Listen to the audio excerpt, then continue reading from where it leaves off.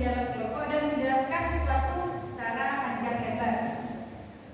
Siswa yang mempunyai gaya belajar auditorial, mereka mempunyai percaya diri yang sangat tinggi karena mereka mampu berbicara dengan baik dan ketika berdiskusi mereka cenderung menjadi pemimpin diskusi karena mereka bisa menjelaskan sesuatu dengan panjang lebar.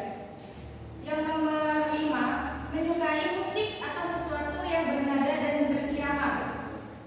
Siswa yang mempunyai gaya belajar auditorial, mereka menyukai musik, menyukai sesuatu yang berirama, tapi tidak menyukai suara-suara bising, contohnya seperti bel sekolah atau sirine mobil ambulans. Yang kedua yaitu gaya belajar visual.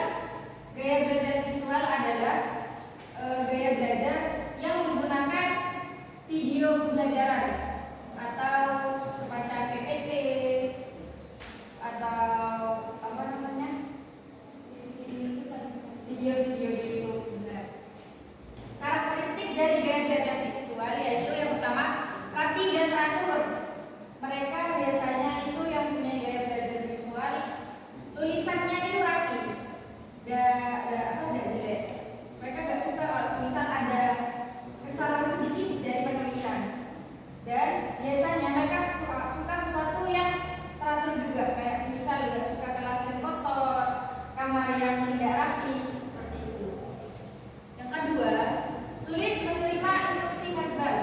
Seringkali ketika guru menjelaskan materi, seringkali mereka itu tidak gampang memahami, sehingga terkadang mereka itu meminta bantuan temannya untuk menjelaskan kembali materi yang sudah dijelaskan oleh gurunya.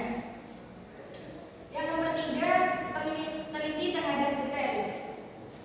Mereka itu yang punya gaya belajar visual, ketika sudah melihat materi secara visual, mereka langsung bisa mendapat poin besarnya tanpa harus melihat detail-detailnya.